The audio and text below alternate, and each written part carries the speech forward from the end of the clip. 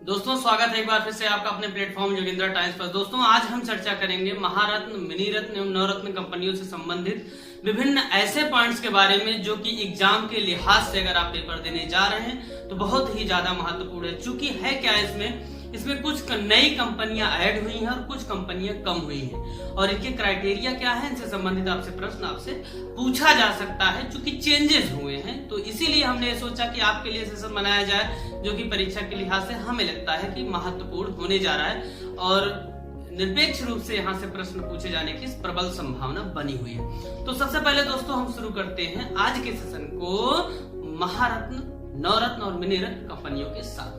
देखिए दोस्तों, सबसे पहले आप इसका एक स्क्रीनशॉट ले सकते हैं जो कि महत्वपूर्ण साबित होगा आपको समझने में। देखिए दोस्तों, किसी भी देश की आर्थिक तरक्की में सबसे ज्यादा जो महत्वपूर्ण है वहां का इंडस्ट्रियल एरिया महत्वपूर्ण होता है। इसीलिए सरकार ने समय समय पर अपनी उद्योग नीति के माध्यम से उनकी विकास में कौन से नियम कानून बनाए जाएं जो मददगार साबित हो उसको लाया है समय समय पर। तो अभी तक कुल मिला के 5 उद्योग नीति लाई गई है। सबसे पहली जो उद्योग नीति लाई गई है 1948 में, इसके जो प्रेरणा स्रोत थे जिन्होंने इसको लाया था श्यामा प्रसाद मुखर्जी जी। उसके बाद 56, 77, 80 और सबसे महत्वपूर्ण जो उद्योग नीति आई 1990 91 वाले दशक में, 91-92 भी जिसको कहते हैं, 1991 में लाई गई जो कि उदारीकरण पर आधारित थी।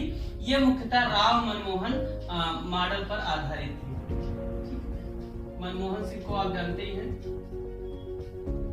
पूर्व हमारे प्रधानमंत्री थे और राव साहब उस समय प्रधानमंत्री थे और ये तत्कालीन वित्त मंत्री थे 1991 में। दोस्तों 5 उद्योग नीति आई हैं, लेकिन पहली के अलावा अगर हम बात करें तो जो 91 में आई चूंकि उदारीकरण का मतलब ये हुआ कि अब हमारे देश में विभिन्न अन्य देशों से लोग आकर व्यापार कर सकते हैं।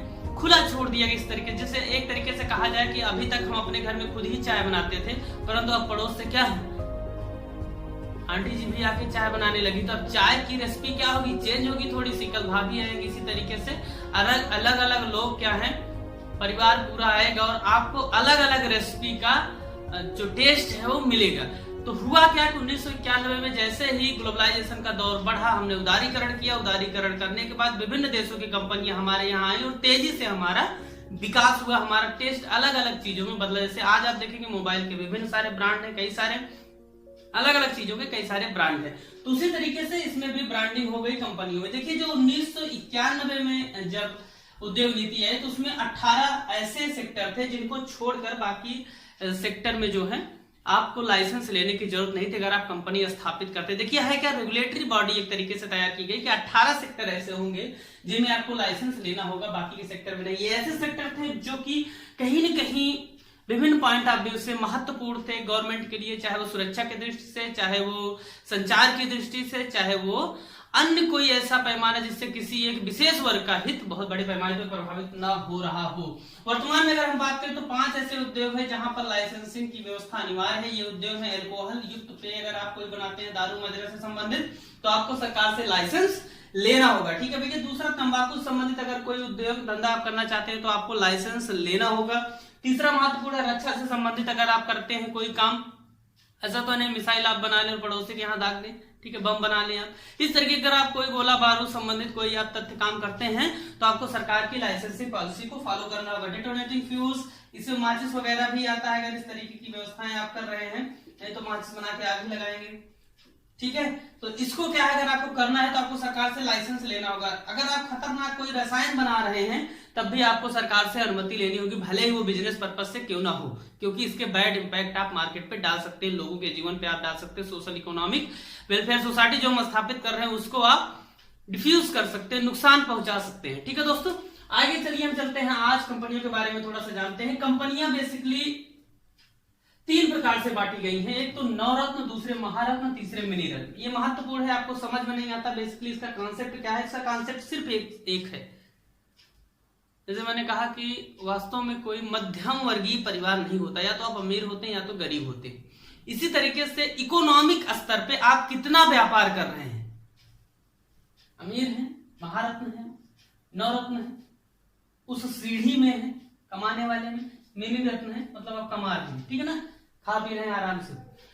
तो इस तरीके से 3 कैटेगरी ऐसी बांटी गई कि जिनमें जिन कंपनी का प्रॉफिट जिस तरीके से था, जो फुलफिल करती थी एक निश्चित क्राइटेरिया को, उसको अलग अलग तरीके से नाम दिए गए। सबसे पहले नवरत्नों की बात अगर हम करें तो 1977 में ये फंडा निकल कर आया। इसमें याद रखिएगा नवरत्न का कदापि याद से नहीं कि इसमें 9 कंपनियां हैं, ठीक है। शुरू में 9 कंपनियों की अवधारणा शुरू हुई थी, लेकिन ये धीरे धीरे कंपनियां बढ़ती चली गई। वर्तमान में इनकी संख्या आप देखेंगे 14 है, बहुत ही ज्यादा महत्वपूर्ण है, इसको तुरंत आप याद करने की कोशिश करें।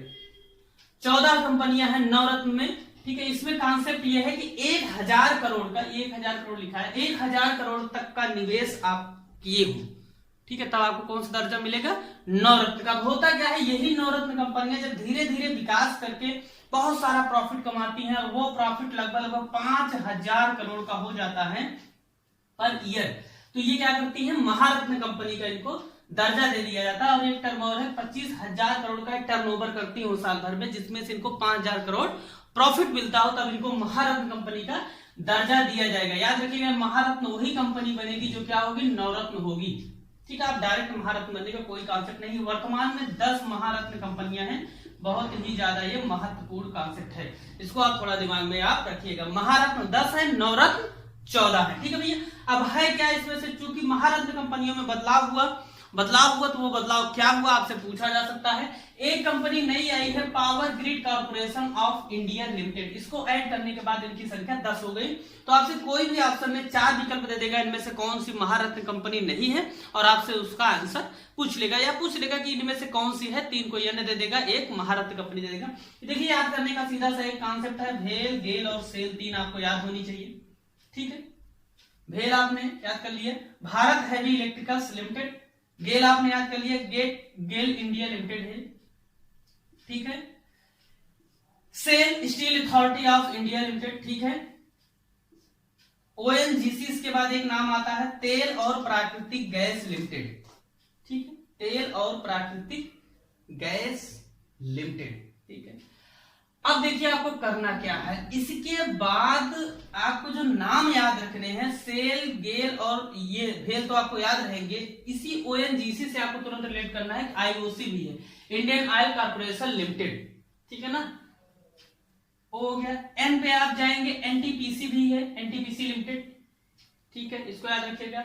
भारत पेट्रोलियम कॉर्पोरेशन लिमिटेड है, बीपीसीएल, ये महारत्न कंपनी है। कोल इंडिया लिमिटेड, सीआईएल, ये भी महारत्न कंपनी है, महत्वपूर्ण है, आपसे पूछेगा एग्जाम में, इसको आप ध्यान में रखिएगा, थोड़ा सा पूछे जाने पर बल संभावना है।